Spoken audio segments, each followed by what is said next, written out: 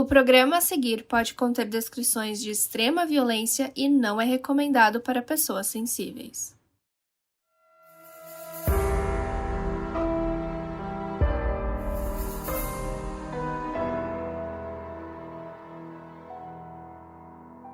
Nos anos 70, Billy Milligan era um jovem de 20 e poucos anos. Só que ele tinha apagões, mudava o jeito de falar e de se comportar com muita facilidade e às vezes parecia não fazer ideia do que estava acontecendo. Até que surpreendeu todo mundo cometendo crimes horríveis. Eu sou a Carol Moreira. Eu sou a Mabê. E essa é a história de Billy Milligan.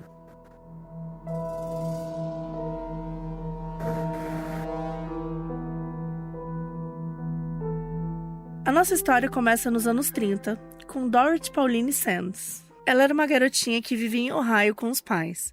Cresceu numa fazenda e tinha uma infância tranquila. E até que, com 8 anos de idade, a mãe dela morreu e o pai acabou abandonando ela. E ela foi criada pelos avós, que eram católicos fervorosos e rigorosos. E por conta disso, a Dorothy tinha uma vida bem regrada. Então, quando ela fez 18 anos, ela aceitou a primeira oportunidade para sair daquela vida. Ela se casou com um namorado do colégio, que se chamava Dick Jonas. Eles moravam juntos na cidade de Lancaster, lá em Ohio. Só que o casamento não deu certo, porque o Dick era muito violento com ela. Ele também era alcoolista, e os dois passaram por dificuldades financeiras porque ele gastava grana sustentando o vício dele. Então, a Dorothy se divorciou dele e foi embora para Miami. Ela tinha o sonho de se tornar uma cantora famosa, e ela chegou à conclusão de que já que não tinha para onde ir, era melhor tentar a sorte em outro lugar.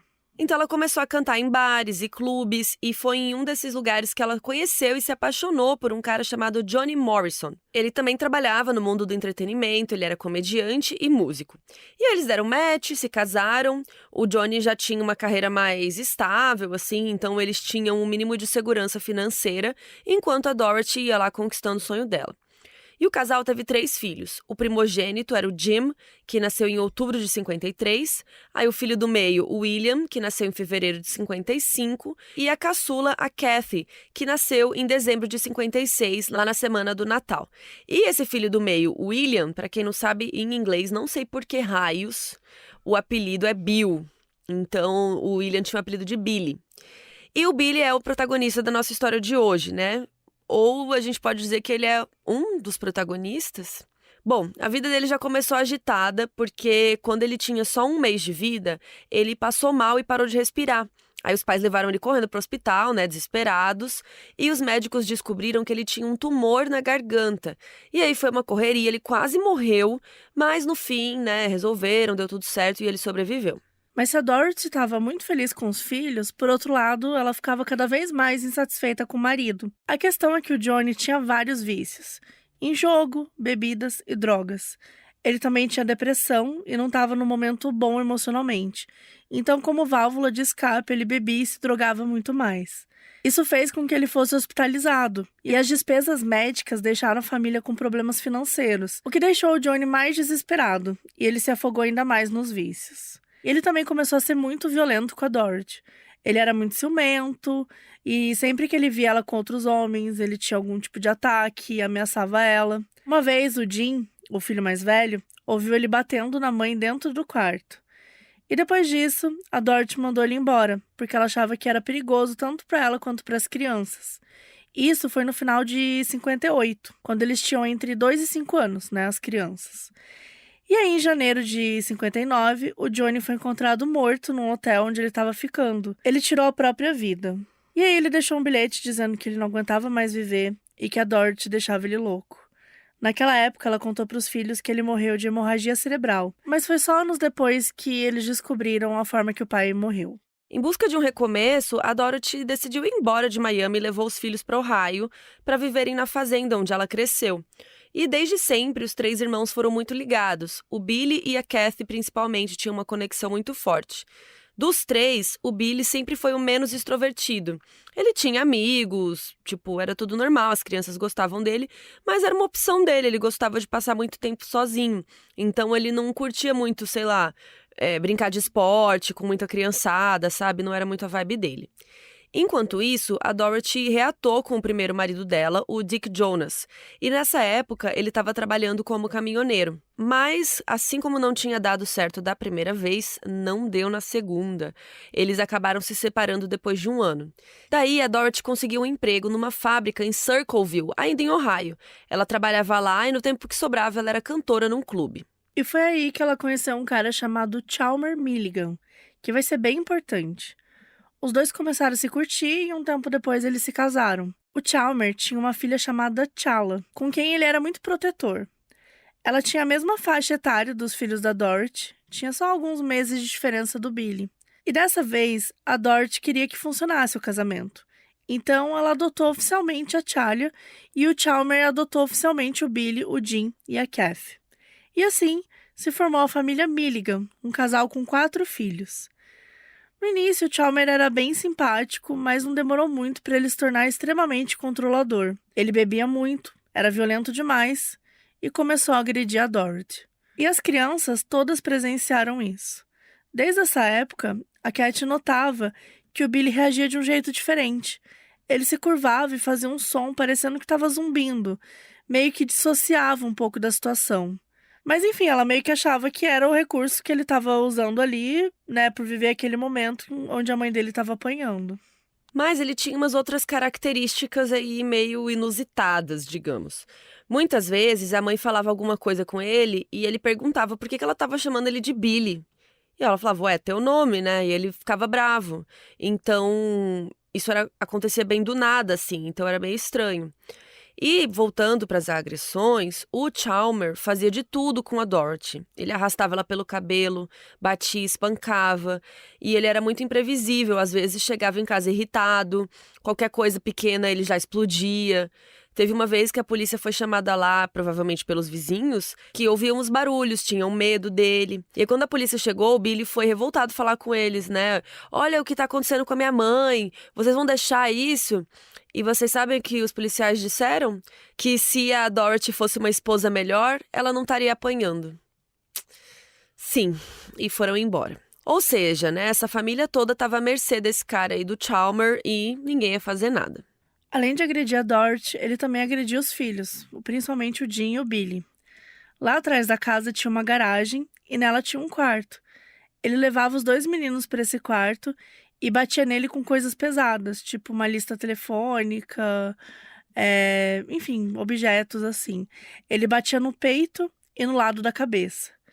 Ele não deixava nem marcas, nem sangue, que era para ninguém saber que isso rolava, né? Mas ele espancava as crianças, mas não a ponto de deixar algum tipo de marca, algo que as pessoas pudessem descobrir. E aí o Chalmer dizia que se eles contassem isso para a mãe e para a irmã, que ele ia bater nelas também.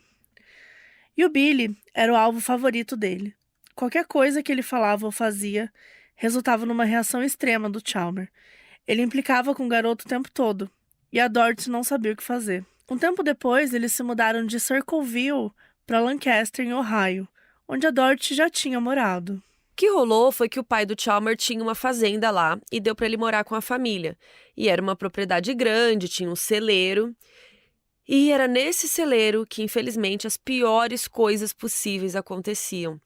O Chalmer levava o Billy pra lá e estuprava ele, abusava, fazia coisas muito cruéis. A gente nem vai ficar detalhando muito aqui, mas só pra vocês terem uma noção, assim, uma vez ele fez o Billy cavar um buraco na terra e deitar lá como se fosse um túmulo.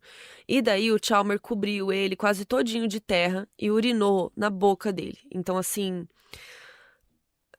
enfim, abusos horríveis.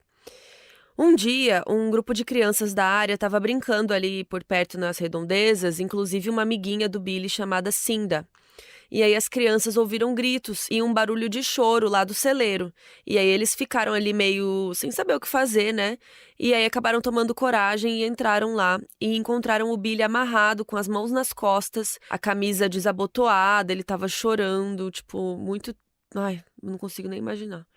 E depois que ajudaram ele a se soltar, o Billy saiu, tirou a camisa e ficou batendo ela no chão e foi embora com raiva. A Cinda nunca disse nada pra polícia nem pra ninguém, e ela passou o resto da vida se arrependendo por conta disso. À medida que o Billy foi crescendo e entrando na pré-adolescência, né, ele foi ficando muito mais reativo com o Chalmer, com coragem de confrontar. Aquela situação era insustentável para ele, tanto que ele chegou muitas vezes a pensar em tirar a própria vida. A gente só pode imaginar o sofrimento, né, que ele devia estar passando para pensar uma coisa dessa, né? Porque realmente ele estava tendo uma vida muito difícil, né? O padrasto dele não estava. Cara, não tem nem o que dizer, assim, é desumano tudo que estava fazendo com o garoto. E aí, uma vez, quando o Billy tinha 14 ou 15 anos, ele comentou com a Carrie que ele estava planejando matar o Chalmer, que ele ia entrar no quarto quando ele estivesse dormindo e que ia esfaqueá-lo. E aí tá, ele falou isso, e daí na manhã seguinte a Carrie foi conversar com ele, né? Tipo, e aí, tipo, você fez isso, né? O que rolou? E o Billy ficou muito confuso, porque ele não se lembrava dessa conversa. Ele disse que nunca faria isso. E a Carrie ficou chocada, porque ela não entendeu, né? Tipo assim, como que, né, no dia anterior, ele fala uma coisa tão grave dessa, tipo, eu tô pensando em matar ele com uma faca, não sei o quê. E depois fala que esqueceu, tipo, que ele nunca faria isso, né? E nessa época, o Billy começou a ter vários casos de amnésia. Às vezes a mãe buscava ele na escola e depois ele só lembrava de já estar no quarto, não lembrava do caminho de volta até em casa, tipo, ele ia esquecendo várias coisas.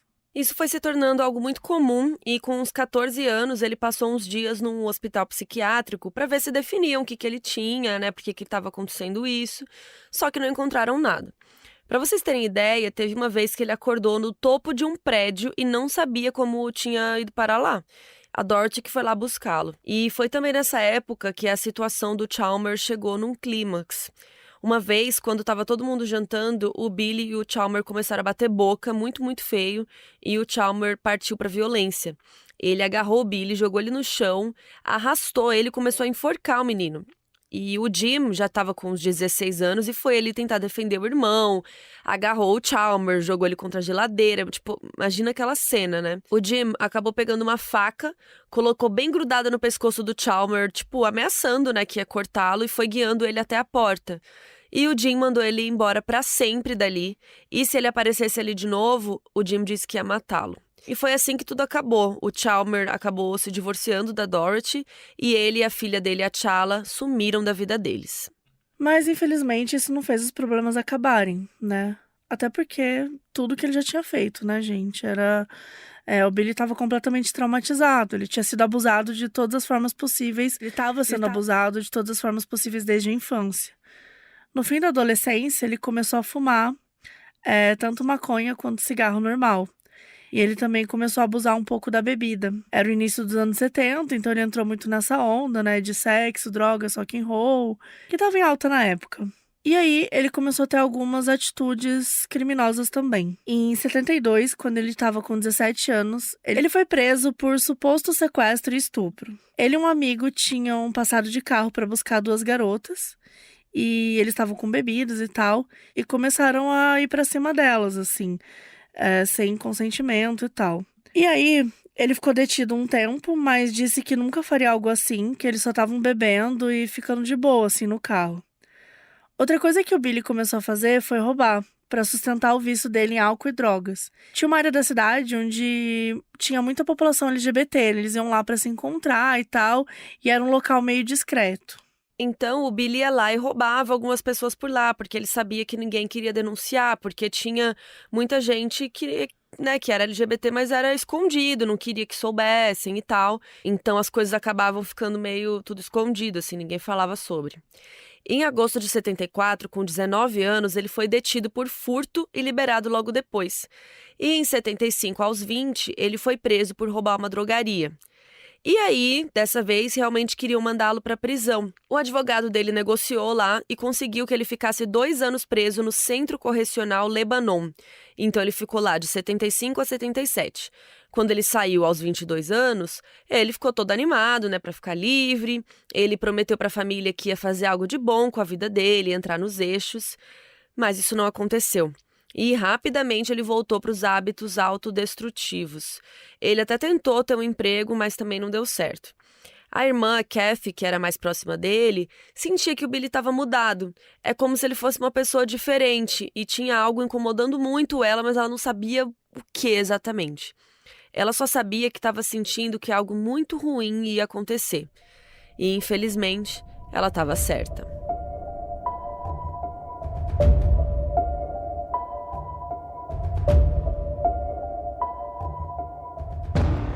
O ano era 1977 e o Billy Milligan estava com 22 anos vivendo ali na cidade de Columbus, em Ohio. É lá que fica a Universidade Estadual de Ohio.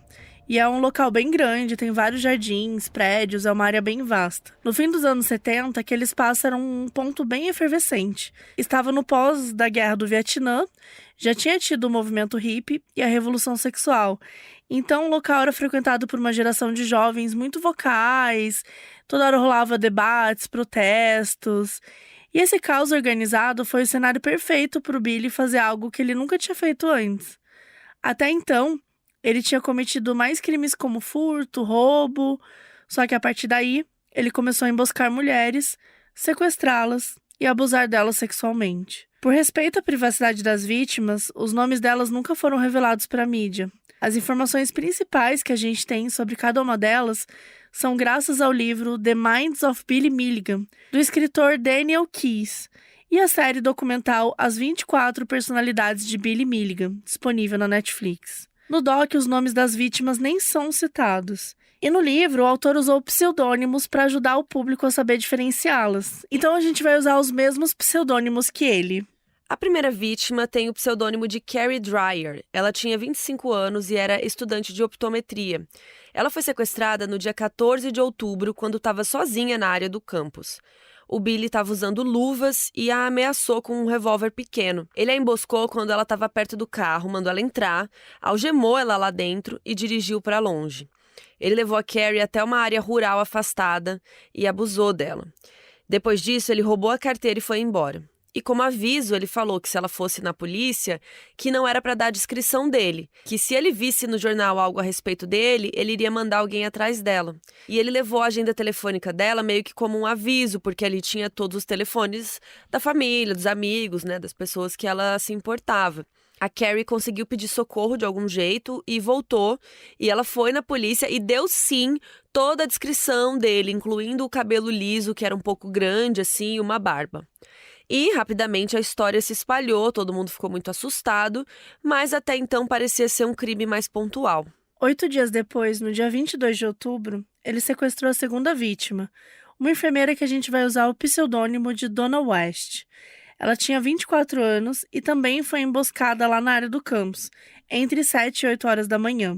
Ela tinha 24 anos, então era a mesma faixa etária da Carrie, e ele também roubou a carteira dela e levou ela longe para poder estuprar. O Billy usou uma pistola automática para ameaçá-la e ela notou que ele tinha tipo uma mancha oleosa na mão, tipo alguma coisa de graxa, assim. E daí, num determinado momento, ele disse para ela que se chamava Phil. E a dona notou que ele xingava muito.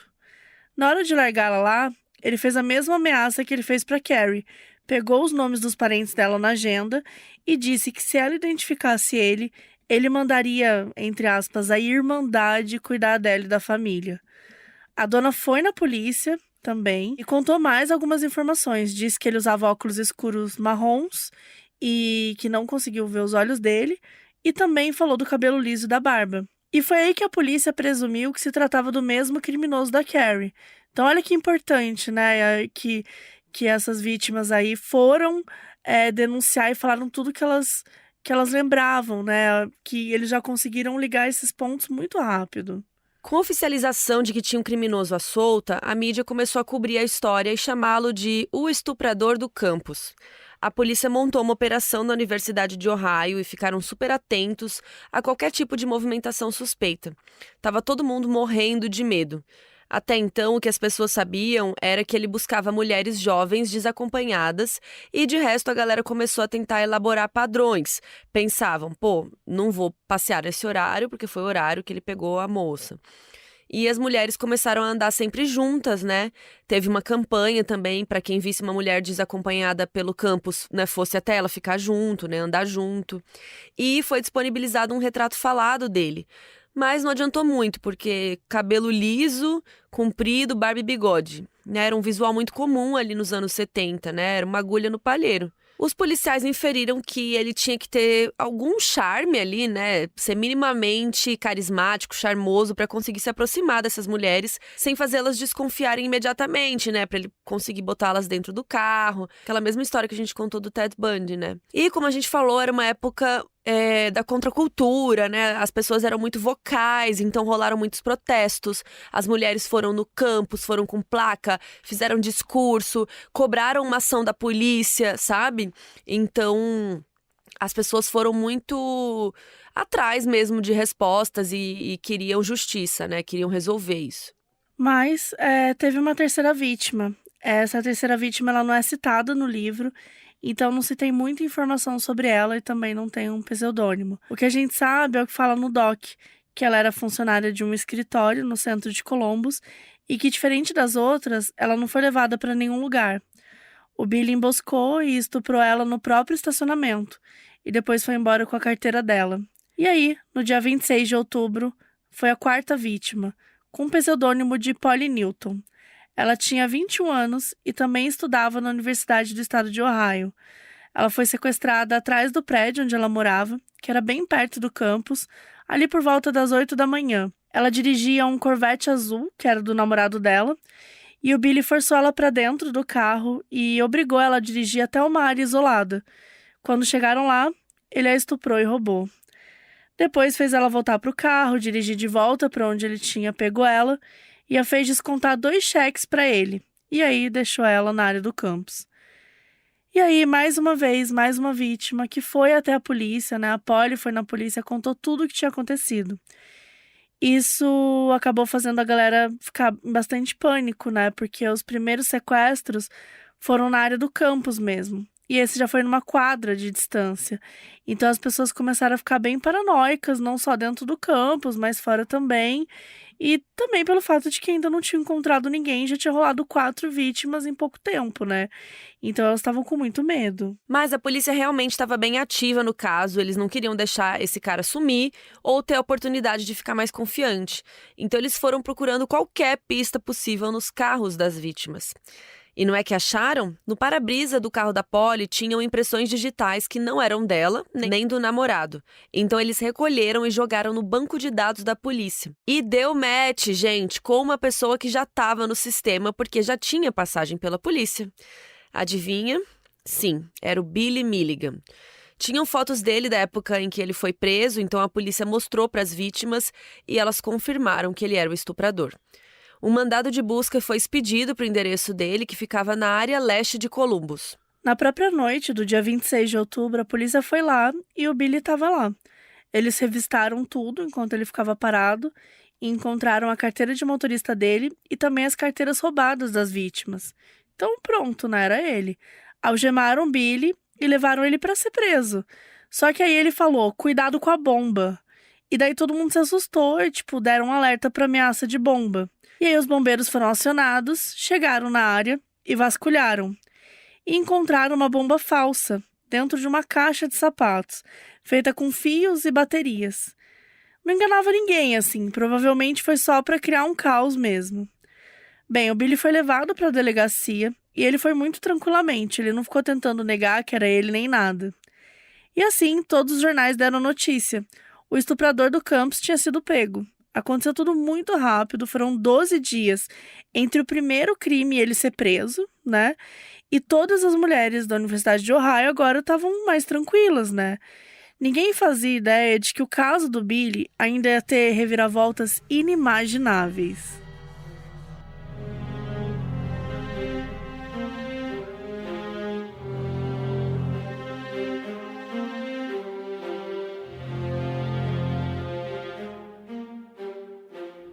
Billy Milligan ficou detido na delegacia enquanto a família dele foi comunicada sobre os crimes. Ligaram primeiro para a mãe, a Dorothy, e ela contou para os irmãos dele, o Jim e a Kathy. O Jim achou que era algum engano, enquanto a Kathy, que ainda estava no fim da adolescência, ela não fazia ideia do que estava rolando. A notícia se espalhou, os amigos ficaram sabendo, todo mundo ficou muito chocado, porque as pessoas que conheciam o Billy diziam que não tinha nada a ver com o jeito dele cometer crimes tão cruéis assim. Como o Billy não tinha como pagar os advogados, o Estado designou uma dupla para ele, a Judy Stevenson e o Gary Schuicart. Eles eram 2 ótimos advogados muito respeitados.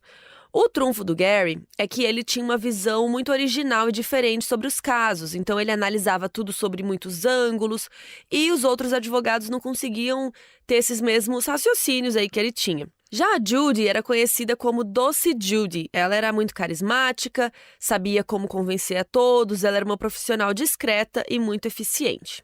E é muito doido, né? Geralmente, quando são advogados do estado, muitas vezes são pessoas que estão, tipo, abarrotadas de coisa pra fazer. Geralmente a gente não vê, né? As pessoas sendo tão elogiadas, assim. Eu não sei como era nessa época, né? Mas aqui no Brasil é totalmente diferente, né? Um defensor público, a gente aprendeu muito com o Dr. Lúcio, né? Dr. Lúcio Mota, que ele fala que pegava o papel no dia, né? Às vezes ele ficava sabendo o caso na hora, então... Exato, não tem essa coisa de que ele estudou pro caso, ele não tem tempo, assim, é uma... Outra realidade, mas Outra não sei como realidade. era nessa época. E já essa dupla não, essa dupla era boa, assim, era confiável e tal. E daí eles foram se encontrar com o Billy pela primeira vez pra poder conversar. A primeira coisa que o Gary disse pra ele foi pra não responder ninguém nem dar depoimento sem a presença dos dois. E ele também notou que o Billy tinha um jeito meio diferente, assim, ele ficava quieto, só que do nada falava, sabe? Tipo, começava a falar muito, que ele mudava de comportamento com muita facilidade. E ficou com um zumbido, assim, no ouvido, sabe? Tipo, sabe quando você fica com aquela pulguinha atrás da orelha? Tipo, tem uma coisa aí, né? Aí rolou uma audiência pra ele ser acusado formalmente dos crimes. Ao todo foram 10 acusações, 4 de estupros, 3 de sequestro e 3 de roubo agravado. O juiz que ia ser responsável pelo processo era o J.C. Flowers, que era um juiz considerado rígido, mas muito justo, sem histórico de parcialidade nem nada. Ele era muito respeitado. Durante essa primeira audiência, a Carrie estava presente para representar a família. E ela percebeu que o Billy estava muito agitado. Ele estava parecendo perdido, sem saber o que estava acontecendo ali. E ela achou que estava na cara dele que ele não entendia completamente a dimensão da situação. E com o tempo, todo mundo ia perceber que ele realmente não entendia. Enquanto ele estava preso, o Billy protagonizou uma situação bem complicada. Ele teve uma crise e conseguiu arrancar o mictório que ficava na parede da cela dele. E ele ficou tentando usar a porcelana quebrada para se machucar. Então resolveram ligar para uma psicóloga para conversar com ela e ver, né, se ela entendia o que estava acontecendo. O nome dela era a doutora Sheila Porter e ela trabalhava no Centro de Saúde Mental no Departamento de Psiquiatria Forense.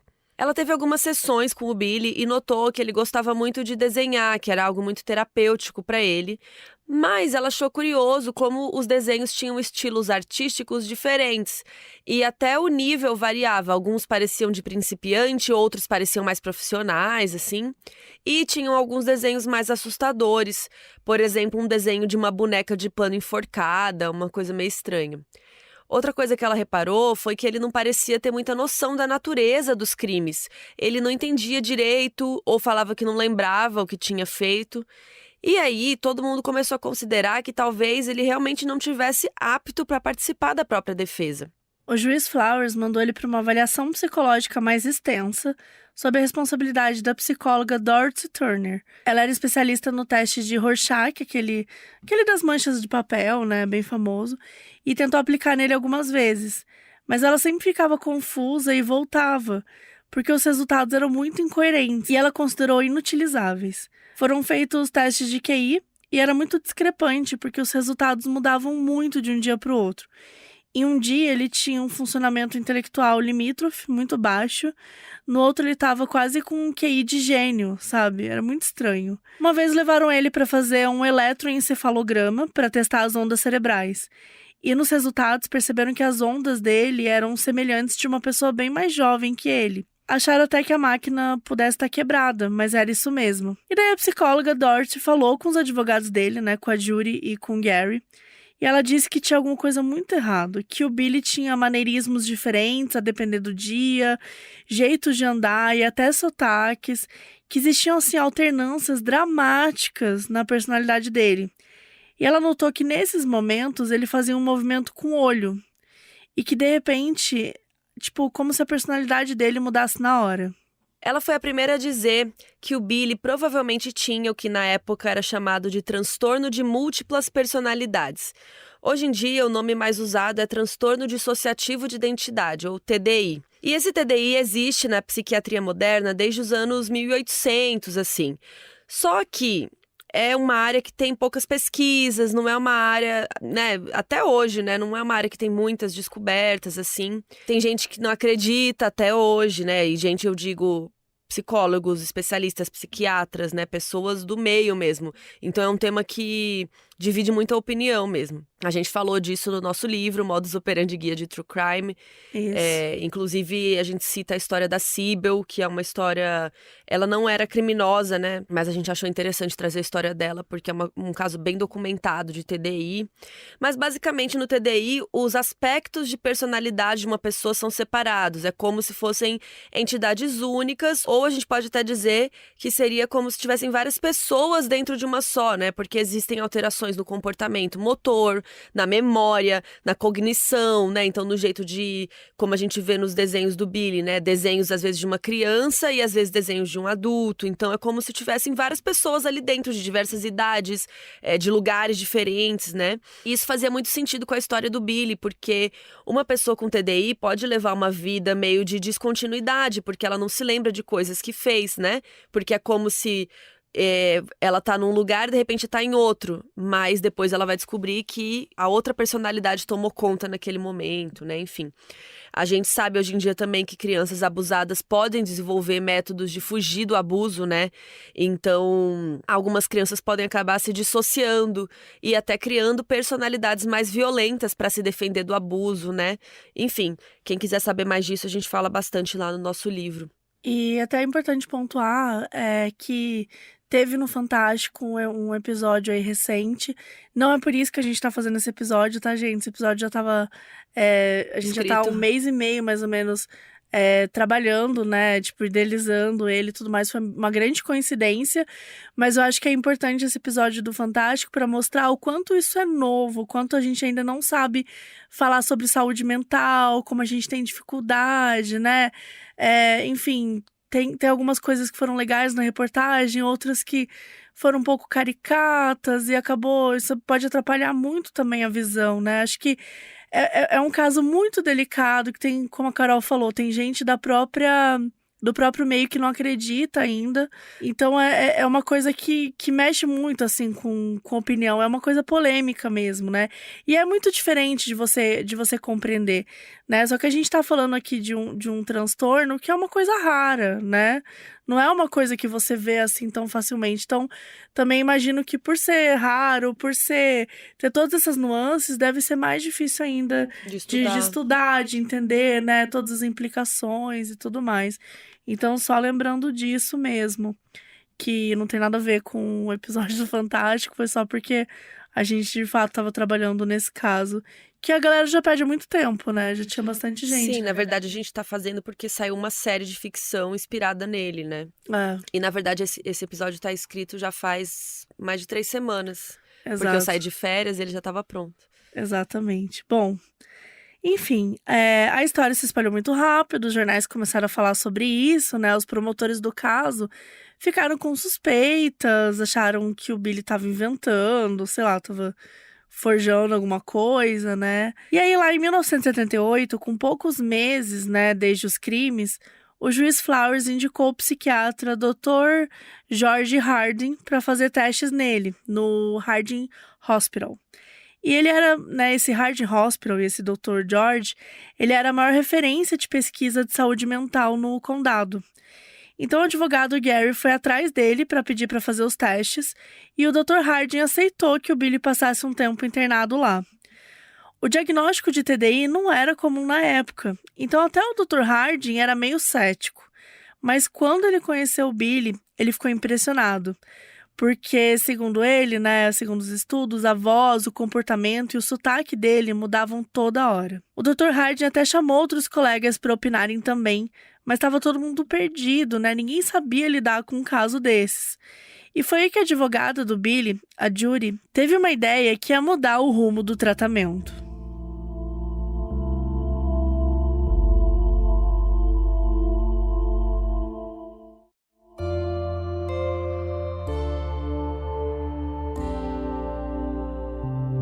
No fim dos dos anos 70, o caso mais conhecido de TDI nos Estados Unidos era de uma mulher chamada Shirley Ardell Mason, uma professora de artes que tinha 16 personalidades. Esse caso rolou ali no início dos anos 70, em 73 saiu um livro chamado Sybil. Sybil era um pseudônimo da Shirley, inclusive eu li esse livro na época que a gente escreveu o livro, eu li o livro inteiro. A história dela é muito triste, muito pesada, e ela também foi abusada na infância, e por isso que ela desenvolveu as personalidades e tal. Esse livro virou uma minissérie que depois foi lançada como filme e é protagonizado pela Sally Field. Então foi um caso bem popular, era a obra assim, mais conhecida sobre esse assunto, né? Enfim, essa história a gente conta também lá no livro, né? Nessa parte dos transtornos mentais e tal.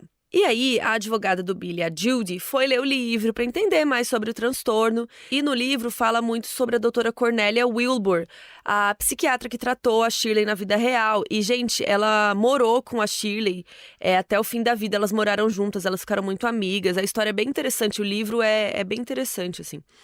E, enfim, chamaram a doutora Cornélia para ajudar no caso do Billy. No dia 12 de março de 78, rolou uma reunião com os advogados de defesa, os promotores, a doutora Cornélia e o Billy. E esse foi um primeiro contato. Ela fez perguntas para o Billy, observou a linguagem corporal dele, né, como mudava. Até os promotores ficaram meio impressionados, porque era muito rápido o jeito que acontecia, o jeito que mudava. A doutora Cornélia perguntou pro Billy se alguma vez as pessoas já disseram que ele fez algo, mas ele não se lembrava. E ele falou que sim, que isso tinha acontecido várias vezes. Então ela fez uma declaração oficial, que o Billy Milligan tinha sim um transtorno e que ele não estava apto a cooperar com os advogados dele, então não seria um julgamento justo. Normalmente, os detentos com transtornos mentais de Ohio eram transferidos para o Hospital Estadual de Lima. Só que os advogados Judy e Gary, eles queriam manter o cliente perto deles. E todos os psiquiatras já envolvidos acharam que era melhor ele continuar no Hospital Harding, né? Sendo paciente do Dr. Harding. Acharam que ia ser um ambiente mais seguro e tranquilo para ele. Isso era necessário, gente, porque apesar de quase todos os Estados Unidos já saber, né? Porque isso estava sendo falado e tal, o próprio Billy ainda não sabia que tinha um transtorno. Ele só sabia que tinha apagões. Quando contaram pra ele, ele ficou apavorado, ele não entendia o que estava acontecendo, ele não conseguia acreditar. Mas aí os psiquiatras conversaram com ele, ajudaram ele a racionalizar tudo isso e ele percebeu que fazia sentido mesmo. E nesse momento, o Billy começou a fazer algumas perguntas sobre o Chalmer. Lembra que era o padrasto dele, que abusou dele na infância. O Billy ficava perguntando se ele sabia que o Billy estava lá, que não podia contar nada porque ele não ia gostar. Ele ficou tão agitado nessa hora que ele trocou de personalidade. E foi aí que os psiquiatras entenderam que o distúrbio começou como uma fuga para o que ele sofreu na infância, porque ele não se lembrava de vários abusos que tinha sofrido. Quando conversaram com os irmãos do Billy, o Jim e a Kathy, eles acharam que fazia sentido, porque desde pequeno ele tinha essas questões de memória, né? E eles sempre acharam que ele tinha muito talento para imitar sotaque, sei lá, por exemplo, né? Então isso explicaria tudo. E bom, à medida que os psiquiatras foram conversando com Billy, decidiram catalogar as personalidades dele e os traços de cada um. Não só o Doc, o livro e tal, eles sempre falam de personalidade, tá? Mas eu vou tentar trazer aqui como identidade, já que mudou a forma que é falada hoje. E bom, então à medida que os psiquiatras iam conversando com Billy e tal, resolveram catalogar as identidades dele e os traços de cada uma dessas identidades. Eles chegaram no total de 10 identidades, que variavam em todos os quesitos. Tinham homens, mulheres, crianças, adultos, pessoas de diferentes países até.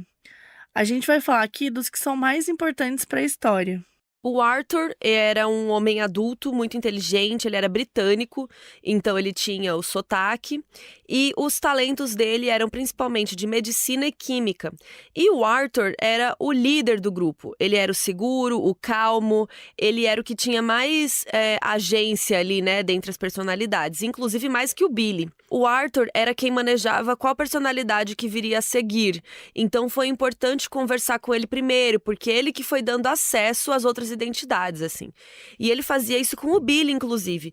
Quando o Billy ficava muito agitado ou ia passar por uma situação ruim, era ele quem decidia colocar o Billy pra dormir, de certa forma, para o Billy não se lembrar daquilo. Era tipo um protetor, né? Então, por exemplo, quando contaram que ele tinha o transtorno, né, que ele ficou descontrolado e começou a falar do Chalmer, o Arthur colocou ele pra dormir, né, entre aspas, pra ele não passar por aquilo. O Arthur contou que uma vez o Billy tentou tirar a própria vida, quando ele tinha 16 anos, e aí o Arthur interviu e botou ele pra dormir pra ele não conseguir. Até porque se o corpo do Billy morresse, os outros morreriam também, e o Arthur não queria morrer. Aí tinha outra personalidade chamada Tommy, que era um garotinho de 6 anos, muito espertinho. Ele tinha vários talentos, se dava bem com eletrônicos, tocava saxofone e gostava de pintar. E era ele que fazia os desenhos e pinturas de paisagens. Mas o grande talento dele era ser praticamente um Houdini. Ele conseguia escapar de qualquer situação que você colocasse ele. Ele conseguia sair das camisas de força, das algemas, e ele sempre tentava fugir. Não porque ele realmente queria sair do hospital, mas era só para ver se ele conseguia. Então, quando ele conseguia se soltar, ele voltava e continuava lá numa boa. E tinha uma outra identidade, que era uma menina de 3 anos chamada Christine. Ela estava sempre muito assustada, falava com uma voz bem infantil. Normalmente era ela que aparecia na época da escola, quando o Billy se metia em problema. As personalidades adultas pareciam que tinham um certo cuidado paternal com ela. A Christine tinha dislexia, e o Arthur ensinou ela a ler e escrever. Tinham outras personalidades também, como o Allen, de 18 anos, que era um vigarista e manipulador, e era ele que gostava de fumar. Tinha o Danny, um adolescente de 14 anos que morria de medo de homens por causa do trauma do Billy, né? Mas tinham 2 identidades que acabavam sendo a chave ali para a questão dos crimes. Tinha um homem adulto chamado Reagan Vadaskovnik, que era iugoslavo, e ele falava com um sotaque bem forte. Sabe-se que ele também podia ler e escrever em servo-croata. O Reagan era conhecido como a identidade violenta e raivosa, que gostava de confrontar as outras. Então, algumas das identidades tinham medo dele. Tanto é que demorou para o Arthur deixar os psiquiatras terem acesso a ele. O próprio nome do Reagan era uma junção das palavras rage, né, raiva, e again, de novo. Então, era como se fosse um estado de raiva o tempo todo. Inclusive, foi ele que fez aquele desenho macabro da boneca de pano sendo enforcada. E, por sinal, esses desenhos foram muito úteis para os profissionais entenderem cada personalidade, cada identidade, porque cada um desenhava temas e estilos diferentes, assim. Mas, mesmo sendo o mais bruto ali, o Reagan falou que não foi ele que cometeu os abusos. Ele disse que realmente era encrenqueiro, tal, que todos os roubos que o Billy tinha cometido para conseguir drogas realmente eram ali dele. Mas abuso sexual não foi ele. E foi aí que os psiquiatras chegaram em outra personalidade. Era a Delena. Ela era uma identidade, que era uma mulher adulta lésbica, e ela era muito atormentada emocionalmente. Ela escrevia poesia e dizia que o emprego dela era limpar a casa das pessoas, que se sentia muito sozinha, e admitiu que foi ela que cometeu os estupros, porque ela queria sentir o amor e o carinho de alguém, queria o contato físico, e que não sabe por que ela fez algo tão horrível, mas que ela acabou fazendo. E as outras identidades não sabiam que tinha sido ela. Todas essas informações que a gente falou aqui, de cada identidade, isso levou meses. Vários profissionais, muitas sessões, né? Para eles irem recolhendo todas essas informações. E depois que eles estavam com tudo em mãos, todo mundo ficou chocado. E o assunto foi cada vez mais dissipado na mídia. Tinha jornais, artigos explicando uma por uma das 10 personalidades do Billy. Enquanto isso, no campo judicial, o advogado Gary estava satisfeito com as descobertas. Então, a personalidade Reagan cometeu os crimes de roubo e a Adelena cometeu os estupros. A questão principal era como lidar com isso na justiça, porque ali, teoricamente, o Billy não sabia de nada do que estava rolando. Mas como impedir ele de fazer isso de novo? Até porque os promotores queriam uma pessoa, um corpo para ser posto na prisão, né? E o único corpo ali era do Billy. Então os psiquiatras propuseram ir tratando o Billy, né, para ele aprender a lidar melhor com os estresses, com os gatilhos, né? Porque é quando acontecia algum gatilho que ele dissociava e ia para outra identidade. Então o objetivo era manter ele na personalidade do Billy, né? A doutora Cornélia Wilbur dizia que queria fundir as personalidades. Ela usava esse termo, né? E ela continuou tratando ele também. A ideia era começar pelas identidades mais frágeis emocionalmente e ir juntando elas para depois ir para as mais difíceis. Alguns psiquiatras não gostavam do jeito dela de trabalhar, de forçar as identidades a se juntarem, porque isso não dava garantia nenhuma, né? Tipo, qual é a garantia que não ia, de repente, se separar de novo? Esses psiquiatras, eles não acreditavam nos relatos do Billy. Eles achavam que a doutora Cornélia e os outros envolvidos estavam incentivando um faz de conta do Billy. Como se quanto mais falassem disso, mais ele ia imaginar traços para cada personalidade e falar a respeito. E assim, de novo, gente, a gente tá falando aqui de um assunto que, se hoje em dia ele é um tabu, ele é complexo, imagina quando a gente vai para os anos 70, sabe?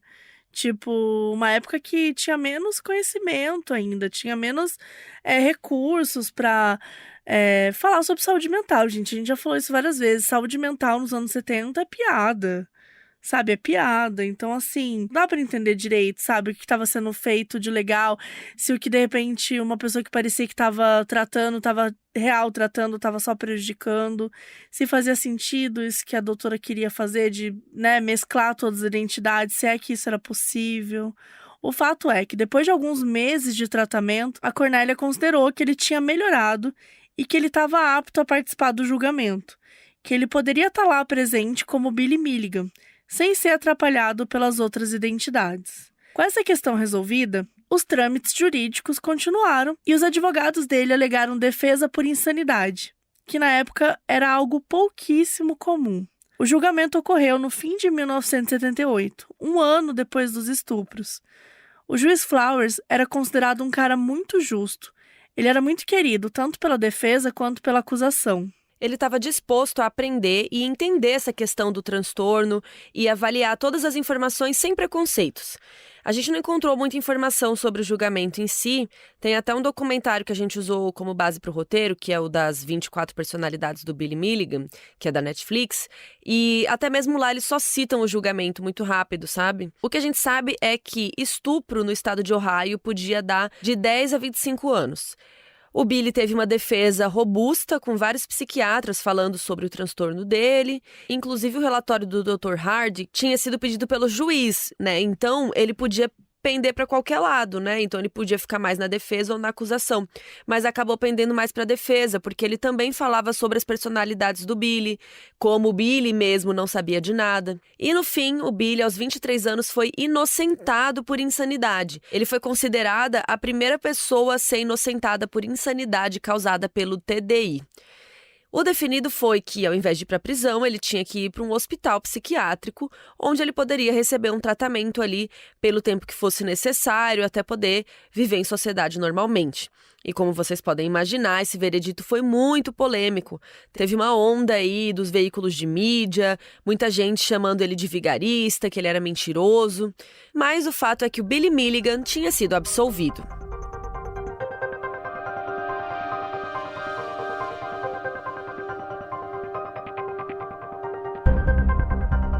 No fim de 78, depois da audiência, ele foi mandado para o Centro de Saúde Mental em Athens, Ohio. Era um centro de segurança mínima. Não tinha grades nas janelas, as portas eram trancadas, mas dava para entrar e sair com certa facilidade, tudo bem de boa. O Billy foi recebido no hospital de maneira dividida. Alguns funcionários estavam muito orgulhosos da instituição ser tida como referência na área, a ponto de mandar um paciente tão famoso para lá. Tinha gente que acreditava nas identidades do Billy e interagia com ele a partir disso, né, entrando nessa onda da identidade que viesse à tona no momento. Enquanto isso, outros funcionários tinham medo dele, ou então não acreditavam no transtorno. Qualquer lugar que o Billy fosse, ele se tornava o tópico da conversa. Por exemplo, tinha um psicólogo lá chamado David Malawista, que não acreditava muito no Billy. Dizia que ele estava preso num mundo de si mesmo e que não era um paciente fácil de lidar, que ficava irritado quando alguém dizia não ou não embarcava na interação do jeito que ele queria. O responsável pelo Billy se chamava Dr. David Cole. Ele era uma referência no estudo de múltiplas personalidades, então por isso que tinham mandado o Billy para lá. A missão dele era restaurar o Billy para um senso de realidade, tornar ele apto a se reintegrar na sociedade. Por isso que ele usava arte e elementos mais lúdicos para se aproximar e estabelecer uma relação com ele. Depois, ele usou hipnose para chamar as personalidades individualmente, relembrar as coisas, e ele adotou a ideia da doutora Cornélia de ir fundindo as personalidades. Logo depois que o tratamento começou, o Dr. Cole fez uma coletiva de imprensa para apresentar o Billy para a comunidade científica local. E muita gente foi de fora para fazer perguntas, estudar ele e tudo mais. E uma dessas pessoas era o Daniel Keyes, um escritor literário mais conhecido pelo livro de ficção Flores para Algernon. O Daniel se interessava muito por questões psicológicas e ele queria escrever um livro sobre o Billy para dar mais visibilidade para a história e para esse transtorno. A família do Billy deu permissão e o Dr. Cole também, então o Daniel começou a acompanhar todas as consultas com ele, fazer várias perguntas para o Billy, e essas conversas no futuro iriam resultar no livro The Minds of Billy Milligan, que a gente citou aqui no início do episódio. Mas tinha uma questão.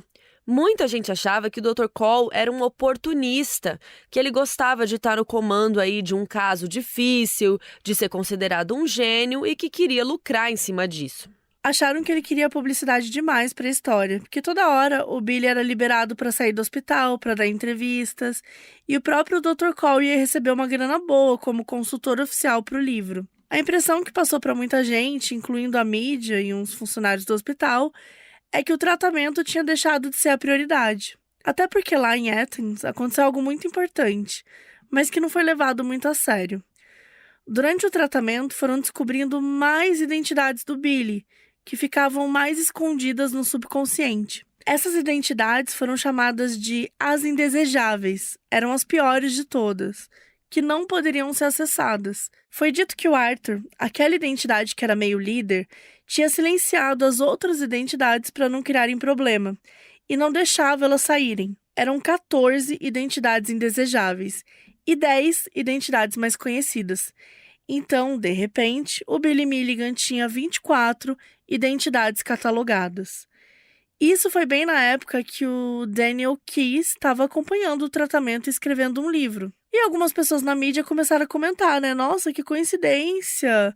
O que será que vem de mais, né? 10 identidades ou 24 identidades? E aí ficou essa discussão, meio que tentando criticar, né, o tratamento, enfim, falando que eles queriam mais publicidade e tal, e ninguém sabia o que pensar. E o Dr. Cole usava um remédio que tinha um efeito sugestivo. Então, criou uma outra teoria de que ele estava encorajando o Billy a criar mais identidades. Enquanto isso era discutido, o Billy foi recebendo cada vez mais liberdade. Ele pintava muito bem e as pessoas começaram a querer comprar as obras dele. E ele até recebeu autorização para vender. Chegou a fazer uma exposição no Banco Nacional de Athens. Juntando o dinheiro das pinturas e o da venda dos livros, ele ganhou milhares de dólares. E aí ele recebeu licença para sair do hospital, então ele podia passar dias livres, sem supervisão, e só voltar na hora da consulta. E com o dinheiro que ele ganhou, ele comprou até um carro que ele usava só nesses dias aí. Ele era tipo o dono do hospital, gente. Ele fazia o que ele queria. Ele levava álcool lá pra dentro, levava droga. Só que aí as coisas foram saindo do controle. Um dia ele levou mulheres para os pomares do jardim e deu bebida para elas e depois as estuprou. E aí a justiça tomou 2 providências. Primeiro, tiveram que mudar as leis de lá para que, se algum paciente fosse ter licença para sair, teria que ir pedir permissão para a justiça, para os médicos responsáveis, teriam que comprovar que a pessoa estava apta. Segundo, o Billy foi mandado embora de Athens. Acharam que estava diversão demais e tratamento de menos. E agora ele tinha cometido um outro crime. Então ele foi transferido abruptamente para o Hospital Estadual de Lima, que era o local onde costumava ficar criminosos com transtornos mentais. E ele ainda foi mandado para uma unidade de segurança máxima. Também não era um lugar que focava muito nos tratamentos e tentar reintegrar as pessoas, era mais como uma prisão normal. A diferença é que todos os detentos eram pacientes psiquiátricos. E lá o Billy foi do céu ao inferno. Ele odiou aquele lugar, ele ficou muito assustado de estar ali e ele parou de tomar todas as medicações. O novo psiquiatra dele se chamava Lewis Lindner. Ele era médico assistente do local e ele não tinha nenhuma paciência para o Billy. Ele não acreditava na existência do TDI, ele não achava que devia estar no guia oficial de transtornos, Então ele apenas classificou o Billy como esquizofrênico e deu remédios novos que eram voltados para isso. E isso piorou muito a situação, né, gente? Primeiro que ele parou de tomar os remédios que ele estava tomando antes, começou a tomar remédios novos, foi diagnosticado com uma parada que até então nenhum psiquiatra tinha diagnosticado, então aparentemente parecia ser um diagnóstico errado. Enfim, né, foi tudo errado. E aí o Billy começou a fragmentar mais, perdeu o controle de si mesmo, e as outras identidades começaram a aparecer com mais frequência. Então ele estava mais agitado, estava mais irritado. E nessa época o Billy estava com um novo advogado, um cara chamado Alan Goldsberry. E o Alan entrou em ação e processou o Dr. Lindner para tirar o Billy de lá. E aí, gente, virou um caos jurídico. Rolou uma audiência, o Billy foi transferido de lá, só que de 1979 até 1981, ele ficou passando de lugar em lugar, assim. Foram vários hospitais em diferentes cidades. Em cada um ele recebia um diagnóstico diferente. Ele não se abria mais, ele ficava agitado, não tinha mais tratamento regrado, assim. Então, não tinha nenhum tratamento contínuo acontecendo. Ele vivia agitado e angustiado.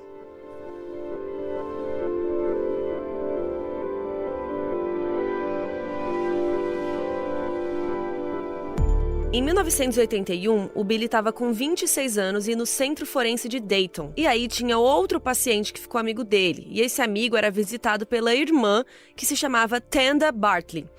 Pois bem, ela e o Billy se apaixonaram e se casaram lá dentro do centro mesmo. Inclusive, o Daniel Case, o escritor, apoiou, foi no casamento e tudo. E aí, óbvio que teve muita mídia, muita exposição, ficavam tentando entrevistar a Tenda para saber como que era ser noiva de um cara com TDI, como, qual personalidade que ela gostava mais, aquele tipo de coisa. E aí ela falou que gostava mesmo era do Billy e que preferiu conhecer ele ao invés de acreditar em tudo que ela leu aí, que ela viu nos jornais. E aí, beleza, eles se casaram, foi lindo. E aí, 51 dias depois, a Tenda pediu o divórcio. Ela disse que não ia rolar pra ela, pegou uma parte do dinheiro que o Billy ganhou com a venda dos livros e deu no pé. E nessa época, a mídia tinha voltado muito a falar do caso do Billy, porque depois dele teve uma explosão de casos de TDI. E daí começou a rolar muito ceticismo em cima do diagnóstico, do TDI. E isso respingou no Billy. Os jornais começaram a procurar falhas na história do Billy que mostrasse que ele estava fingindo tudo. E aí encontraram uma informação meio interessante. Lembra do Arthur, aquela identidade do Billy, que é britânica, o líder do grupo e tal? Pois bem, o Billy já tinha dito que o Arthur sabia ler e escrever em árabe. Inclusive, uma vez, ele escreveu uma carta em árabe para o escritor do livro, o Daniel Case. Mas depois foi descoberto que tinha um outro paciente que era árabe e que tinha esquizofrenia, e que foi ele que escreveu a carta a pedido do Billy. Foram aparecendo alguns pequenos relatos de funcionários que pediam algo de uma identidade, tipo, você sabe tal língua? Então diz algo nela aí. E aí, do nada, essa identidade se trocava e não podia provar que tinha, essa habilidade. Era tudo muito polêmico, assim, então tinha gente de tudo quanto é lado, dizendo gente que acreditava, gente que não acreditava, aquela coisa toda. Em algum momento entre 82 e 83, o Billy estava num hospital lá em Columbus, em Ohio. E o juiz Flowers, responsável pelo julgamento, definiu que o Billy não estava recebendo um bom tratamento lá, que era para ele voltar para o Athens, que o Dr. Cole trabalhava, que ele tanto amava. Se você está se confundindo porque ele já passou por muitos lugares, Athens é o lugar que ele fez amizade com o Dr. Cole e que ele tinha liberdade para sair, que ele comprou um carro, que ele, enfim. Onde ele cometeu o crime ou cometeu outros crimes. E ele voltou para lá e as coisas se acalmaram. Só que, novamente, ele recebeu muita liberdade. Inclusive, em 83, foi definido que ele nem precisava dormir mais no hospital, só ir lá nos dias de consulta. Então, ele comprou uma fazenda, adquiriu gado e ficou vivendo em paz. Ele conheceu uma estudante da Universidade de Ohio e do time de tênis chamada Becky Burkhart. E os dois engataram num relacionamento. Ele continuou pintando muito e também criou uma fundação para crianças que sofreram abuso. O Billy realmente começou a ter uma vida boa. Ele era muito querido em Athens, gente. Ele chegou a participar de... Vocês estão sentados? De alguns episódios de uma novela lá, tá? Então, assim... A mini celebridade, né? E aí tinha uma pessoa que odiava ele mais do que tudo. O xerife de Athens, o Bob Allen. Ele achava que tudo que dizia respeito ao Billy era um absurdo, que ele vivia em liberdade, que ele era amado por todos enquanto devia estar recebendo tratamento. E para piorar, os dois eram vizinhos. O xerife Allen também tinha uma fazenda próxima da dele e eles sempre brigavam quando se viam. Rolava até uma história pela cidade de que a qualquer momento o xerife ia contratar gente para matar o Billy. Só que a vida perfeita do Billy teve um grande percalço quando ocorreu um incidente. Uma vez o Billy estava dirigindo com um funcionário do hospital no carro e do nada o Billy pegou uma arma e deu um tiro no trailer do supervisor dos funcionários. E aí ele foi preso por vandalismo, passou a ter restrições e todo mundo começou a lembrar que ele tinha cometido crimes e passaram a ter medo dele.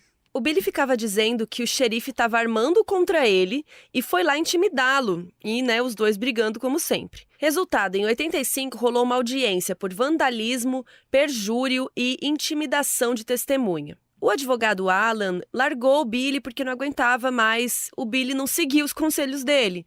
E o Billy também se estressou e falou que não queria mais advogado, que ele mesmo ia se representar e pronto.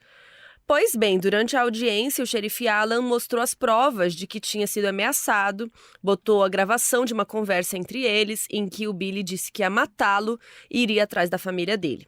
O Billy negou tudo, perguntou por que ele faria uma coisa dessas e, o pior, o juiz rejeitou as acusações porque era ilegal o xerife ter gravado uma conversa sem autorização. Depois desse caos todo, o Billy foi mandado de volta para Columbus, para o Centro Timothy Moritz. E foi lá que ele reencontrou a pessoa que ele mais odiava, o Dr. Lewis Lindner. Lembra aquele que foi o primeiro que disse que ele tinha, na verdade, esquizofrenia, mudou os remédios dele todo e tal? Era esse doutor aí. E eles se confrontavam o tempo inteiro. E o Dr. Lindner sempre dava sustos no Billy, assim, tipo, ameaçava dar remédio errado pra ele, coisas assim. Ficava, tipo, ameaçando. E aí, em junho de 86, quando o Billy já estava com 31 anos, teve um dia que era feriado da independência dos Estados Unidos, e por conta disso tinha menos funcionários trabalhando. Nesse dia, de acordo com Billy, o Dr. Lindner ameaçou ele, dizendo que ia fazer um tratamento de choque e que ninguém ia poder salvá-lo, porque não tinha funcionários ali. E aí, gente, vocês estão sentados? Sabe o que o Billy fez? O Billy fugiu do hospital.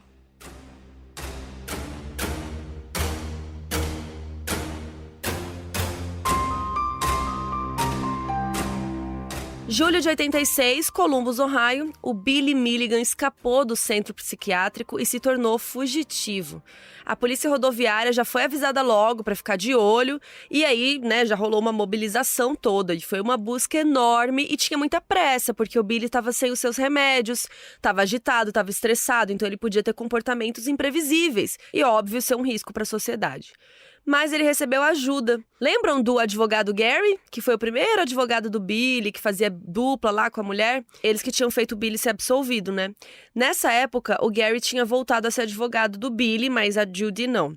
E ele ficou fazendo tudo que ele podia do ponto de vista legal mesmo da situação, para a situação não ficar tão feia para o Billy. Ele dizia que os maus tratos lá que fizeram ele fugir, que ia fazer o possível para ele voltar, ficou dando aquela enrolada ali. Enquanto isso, o Billy tinha um amigo chamado Jim Murray, que deu proteção para ele. E como o irmão mais velho do Bill também se chama Jim, a gente vai diferenciar os Jims aí, a gente vai falar o amigo Jim ou o irmão Jim, tá bom? Então, o amigo Jim alugou um carro e os dois dirigiram até o estado do Colorado. Quando chegaram na cidade de Aspen, o Jim voltou para Ohio de avião e deixou o Billy seguindo por conta própria. O Billy deixou o carro em Denver e pegou um avião para o Canadá. O carro dele foi encontrado com os pertences dele.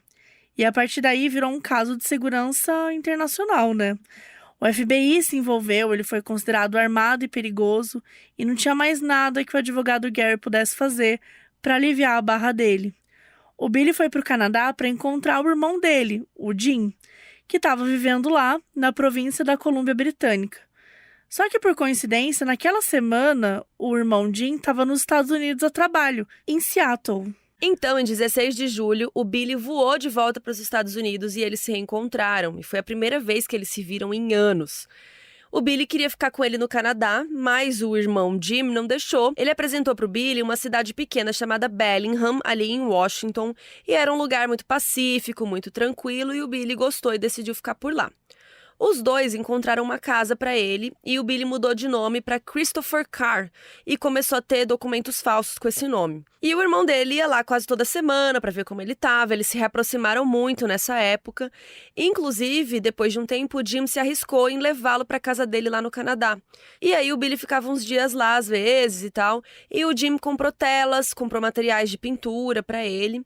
Já o advogado Gary estava furioso com o Billy porque dizia que ele tinha estragado tudo, porque eles tinham demorado para conquistar tudo aquilo e agora ia ficar com essa marca.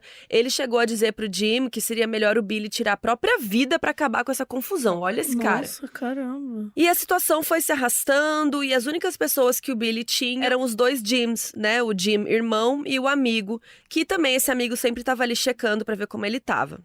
No dia 15 de setembro de 1986, depois de mais de 2 meses de fuga, o Billy estava vivendo a vida tranquilo no condomínio dele em Bellingham, quando um estudante de 32 anos, chamado Michael Pierce Madden, desapareceu.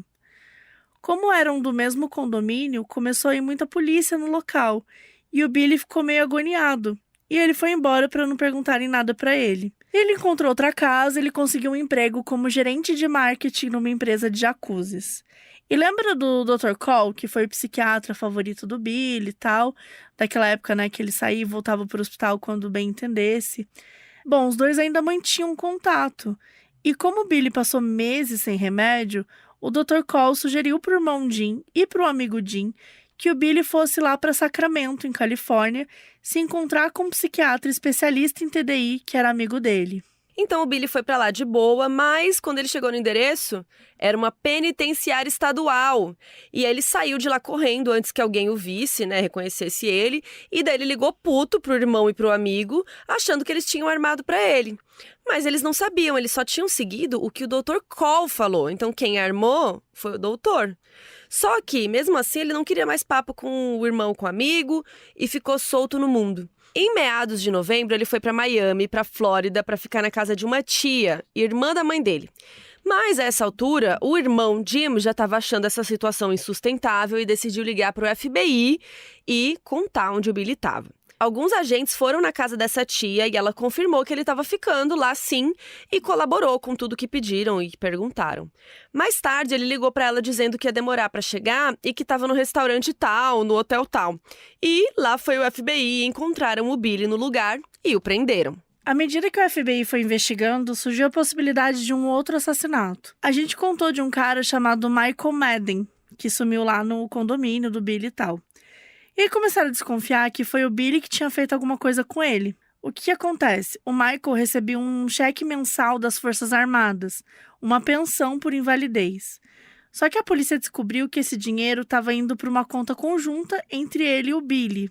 Bom, até hoje não se entende direito qual que era a relação entre os dois, se o Billy virou amigo dele, manipulou, se forjou documentos, enfim. O que sabe é que a moça que fazia a faxina do apartamento do Billy achou extratos bancários do Michael embaixo da cama do Billy. E isso ativou o sininho de alerta na polícia. E aí o Michael estava de férias, né, e voltou para Bellingham no dia 14 de setembro. E aí no dia 15 de setembro, a proprietária foi pegar o pagamento deles e viu que os dois estavam discutindo do lado de fora das casas. Pelo que ela interpretou, parecia que o Billy tentava explicar algo e o Michael questionava ele. Daí, uma hora o Billy se irritou e entrou no apartamento. E esse momento foi a última vez que alguém tinha visto o Michael. Logo depois ele sumiu e no dia 18 de setembro o Billy descontou o cheque daquele mês. Já em novembro, depois do Billy ser preso novamente, foram investigar para ver se achavam mais alguma coisa. A polícia foi na casa de um primo do Billy que tinha ficado lá uns dias em determinado momento e deixado algumas malas e umas caixas com uns pertences assim. Uma caixa tinha material de pintura, outra caixa tinha joias. E em uma das caixas encontraram 2 lentes de óculos, que era do mesmo óculos que o Michael usava e com sangue. Só que naquela época ainda não tinha teste de DNA, não era muito comum, né? Então não fizeram. Então eles acreditavam piamente que o Billy tinha matado o Michael. Mas eles não tinham nada muito, né? Umas evidências, assim. Eles tinham mais coisas circunstanciais. Nem mesmo o corpo tinha sido encontrado. E até hoje nunca conseguiram comprovar que foi o Billy ou, né, quem matou o Michael Madden. Esse é um mistério que provavelmente a gente não vai ter resposta.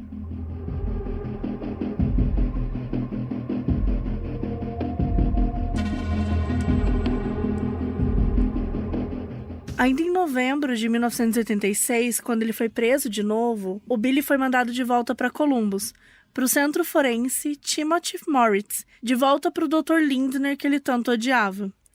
Desesperado, o Billy começou a fazer greve de fome. Chegou a ficar 34 dias sem comer, quase morreu no processo, mas desistiu e voltou a se alimentar.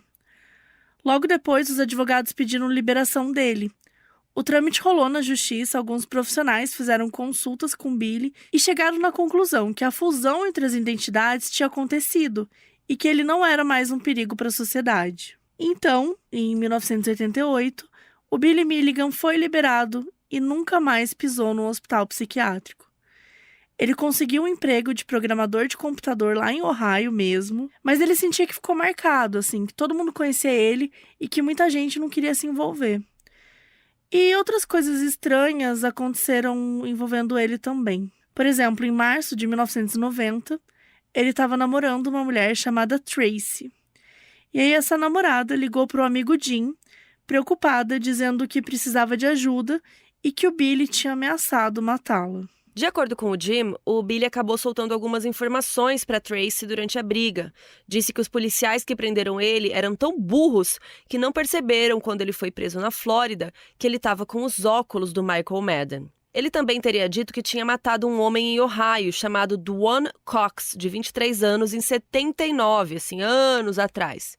O Billy e ele andavam nas mesmas áreas, fumavam juntos e realmente nunca se soube quem matou ele.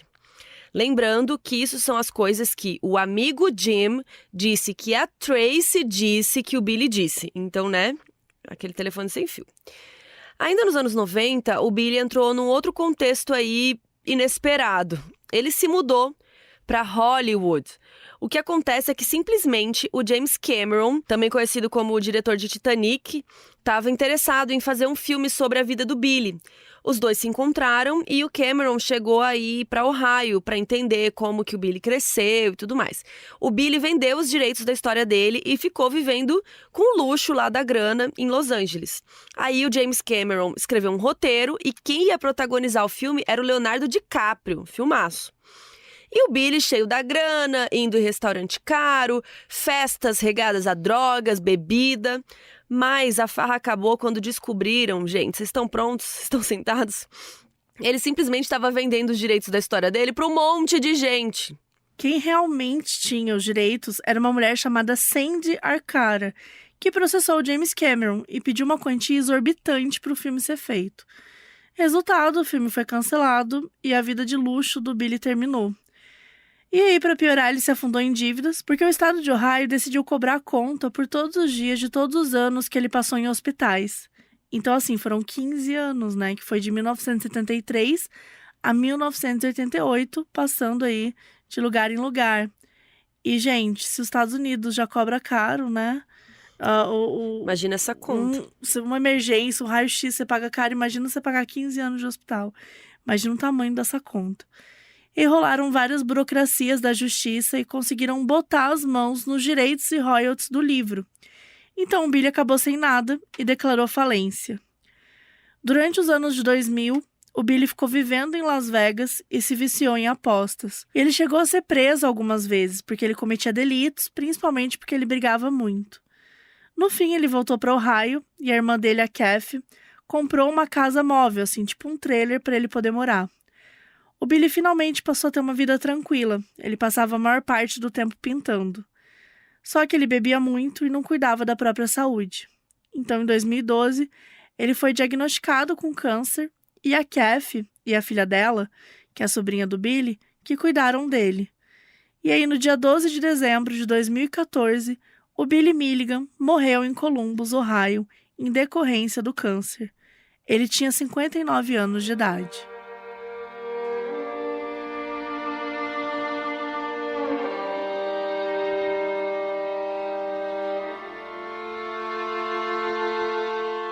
A principal base para esse roteiro foi o documentário As 24 Personalidades de Billy Milligan, que está disponível na Netflix. São 4 episódios de 1 hora e é um doc bem completo, no sentido de trazer muitas opiniões.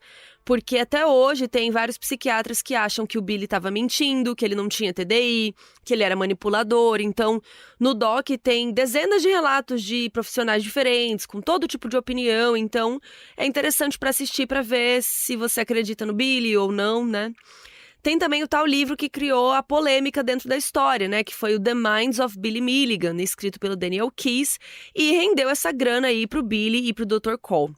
O livro não tem traduzido pro português, mas quem lê em inglês consegue achar vendendo na Amazon, né? Tem pro Kindle também. E o filme com o DiCaprio não saiu, mas tem obras de ficção sobre esse caso sim. E foi esse ano que saiu uma série original da Apple TV+, que é The Crowded Room, ou Entre Estranhos. A série é protagonizada pelo Tom Holland e é uma ficção, né? Tanto que os nomes foram mudados. Na série, ele se chama Danny Sullivan. Outra obra bem conhecida que não é sobre o Billy, mas é meio baseada nele, é o filme Fragmentado, com James McAvoy e dirigido pelo M. Night Shyamalan. Muita coisa do Billy serviu de inspiração para o filme. O personagem tem 23 personalidades, que é um número parecido com as identidades do Billy, né? Tem uma que é uma criança, tem uma que é mais violenta, enfim. Pegou muito dessas características aí. No momento que a gente está gravando isso, que é agosto de 2023, Fragmentado está em vários streamings. Está na Netflix, está no Star Plus e está no Prime Video. É um filme muito bom, gente. Vale é muito a bom. pena ver. E lembrando que todas essas obras também estão listadas lá no nosso site, que é modusoperandipodcast.com. Que se você não sabe, gente, todo episódio que a gente solta tem um post sobre esse episódio. E nesse post a gente conta a história, a gente traz um monte de informações, traz imagens, links para você acessar obras, vídeos sobre o caso, tem muito conteúdo. Então a gente coloca lá os conteúdos extras para esses episódios, incluindo fotos e vídeos de cada caso. Inclusive, vou colocar aqui a minha entrevista com o M. Night Shyamalan sobre Fragmentado. Ah, legal! Que eu achei aqui agora, eu tava em dúvida se era sobre Fragmentado ou se era sobre outro filme. E foi em 2017. Vou colocar pra vocês também aí, pra vocês verem. Esse filme é muito bom. O Billy Milligan até hoje é uma das figuras mais polêmicas aí do true crime. Não dá pra gente falar de absolvições controversas sem falar do caso dele, né? Até hoje, os especialistas discutem muito se ele realmente tinha essas personalidades, se tinha algumas, se não tinha nenhuma.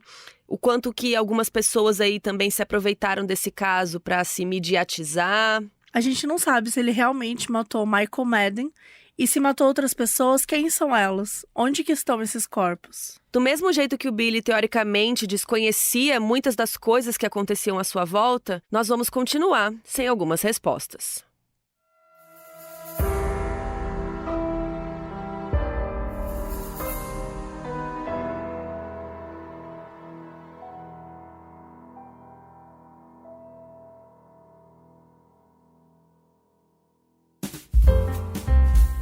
O aviso no início desse episódio foi gravado pela Larissa, que é nossa apoiadora na Aurelo. E agora, fiquem com os erros de gravação. E no livro, o autor usou pseudônimos. Fala como fala mesmo. Pseudônimos. Pseudônimos. Dominus nos patrocina. Pseudônimos. E no livro, o autor usou pseudônimo. Pseudônimo. E nesse momento, o Billy começou a fazer várias perguntas sobre o Chalmer. Lembra? O padrasto. Lembra? A polícia rodoviária foi avisada logo pra ficar de olho e rapidamente... Ficou ruim? Tá muito ruim? Não, ficou engraçado. Por isso foi avisada logo para ficar de olho. Ficou parecendo uma professora. Assim. Ó, vocês aí do fundo. Tá. Em meados de novembro... Miau.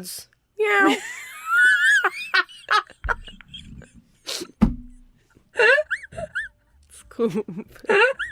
Caralho, você me quebrou. O Beto mia, mas o Beto mia, que eu não sei quem miou. Sério? É igual, ele faz igualzinho. É que nem quando eu faço latido de cachorro. Você faz bem? Deixa eu ver.